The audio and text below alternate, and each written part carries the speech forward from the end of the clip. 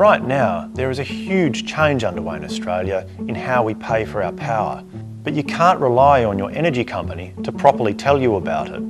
Since 2022, you might have noticed that your power bills have increased. And for many Australians, painfully, they might still be going up. Power bills are fundamentally changing the world over. And it has nothing to do with the pandemic or Russia's invasion of Ukraine. It's all to do with how they're calculated. Smart meters are replacing manual ones, and with the change, it's upending the way we calculate power bills. In fact, it's probably the most significant change to the way we pay for our power since Edison patented the first electrical meter more than a century ago. When energy started to be sold to people like you and me, a couple of important questions came up. How could it be measured?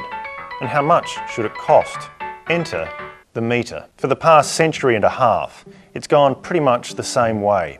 A meter reader tramps through your front gate to record electricity use. Electricity is charged by kilowatt hour, or kWh, on your bill, which is the equivalent of running 100 LED light bulbs for an hour. Manual meters only measure the total amount of electricity a property has used, and they need to be physically checked by someone every couple of months. This is called a flat rate tariff, meaning you pay the same rate for electricity no matter when you draw it from the grid. Ever since electricity systems were rapidly privatised and deregulated across the world, electricity companies have been searching for a way to match consumption with the cost of generation. But it was impossible to charge customers that way, because it's uneconomical to hire the hundreds of thousands of meter readers needed to check meters around the clock. That is until smart meters. These digital upgrades allow utility companies to track energy usage throughout the day. Instead of having to be manually read every few months, smart meters send a signal back to the utility automatically every 30 minutes. They even allow households to see what they're using in real time, although only if you shell out for an app and a monitor. And all of this promises to make us more informed energy consumers, more likely to engage in the system and make rational decisions about when and how we use power. And smart meters are sweeping the world. The countries in blue show the uptake of smart meters globally, opening up the possibility of all kinds of complex power pricing. And if you think this isn't going to affect you, you might want to think again. By the end of this decade, every Australian home is set to be fitted with a smart meter. You might already have one. Smart meters are the default for new meters installed Australia-wide since 2017. In Victoria, they're mandatory. Elsewhere in the country, there's been about a 30% uptake. The Australian Energy Market Commission has a target of 100% uptake in New South Wales, Queensland, the ACT, Victoria, South Australia and Tasmania by 2030. You already know about flat rate pricing, where you pay the same no matter when you take the power from the grid. But what happens when pricing becomes more dynamic? If you've ever tried to book an airline ticket during the Christmas period, or book an Uber after a concert, for example, you probably know where this is going. So this household has still used 1,200 kilowatt hours, but let's split it up into peak and off-peak. Let's say the people who live here managed to rack up 400 kilowatt hours during the peak usage time at a cost of 60 cents per kilowatt hour, and 800 kilowatt hours during off-peak times at a cost of 20 cents per kilowatt hour. Their bill is now $100 more expensive than it was under the flat rate. It's called a time of use tariff.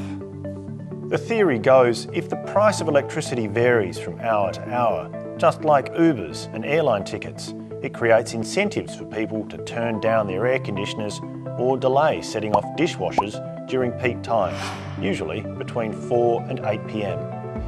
If this household did just that, reducing their on-peak usage by 300 kilowatt hours, instead of spending an extra $100, they've now saved 20. Energy companies say all of this can help householders reduce their bills and help make the grid more efficient in the long run. It's a strategy that's becoming increasingly important as countries shift to renewable energy, which, unlike coal, gas and nuclear, produces electricity without any relation to demand. And Australia is going all in on renewable energy. When the sun has gone down and the weather is calm, power costs a whole lot more to generate. But are the new tariffs really helping consumers? At first glance, yes. Last year, the Australian competition watchdog found that residential customers on time of use tariffs overall pay less. But it also sounded the alarm that flexible tariffs can lead to higher bills for customers who are unable to effectively manage the time and intensity of their electricity usage. Meaning, get it wrong and it could cost you a bomb. Good night, Mr. Speaker. Hey. Despite much fanfare around the smart meter rollout in the UK, a parliamentary committee over there found the average annual savings for customers could be as low as £11 a year. That's about $20 and some change to you and me. Back home, there's another type of charge that's raised the hackles of consumers even more. The ACCC is particularly worried about demand tariffs, a type of flexible price that charges for electricity based on your single biggest point of usage across an entire month. So, say a householder is away for the first 30 days of January, but then returns on the final day of the month.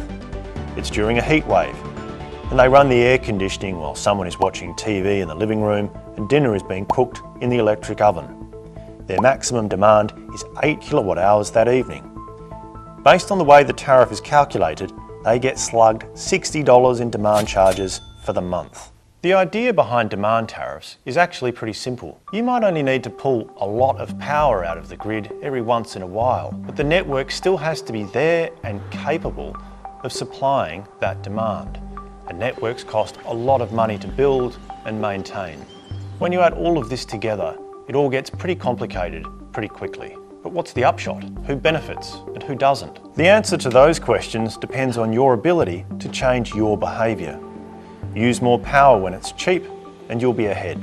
Use more power when it's expensive, or use too much of it at any one time and you'll get stung. Many Australians are being shifted onto these tariffs with little, if any, notification. And we've heard ongoing concerns from customers seeing unexpected changes to their tariffs associated with the installation of a smart meter. It's critical to the success of the rollout that we work through these concerns raised about how retailers may be applying demand or time of use tariffs in unexpected ways. The ACCC says the best thing you can do is check your plan regularly and use government price comparison services to compare the widest range of offers. Increasingly, that'll mean checking not just what you're paying, but how you're paying. What tariffs are you on? And how do they affect you? And some customers are finding once these flexible tariff changes appear on their bills, that's it. There's no going back. As the federal government likes to say, the renewable energy transition holds out the hope of cheaper power bills for consumers. But much of that depends on your ability to take advantage of wind and solar power when it's abundant and tone down your consumption when it's not. Especially for those who can afford solar panels or batteries or heat pumps or smart appliances that can shift their energy usage. And then there are those who just don't really care about any of this because they can afford to pay a premium. But for those of us who can't shift how and when we use our electricity, there is a risk that all of this just becomes a penalty for the poor.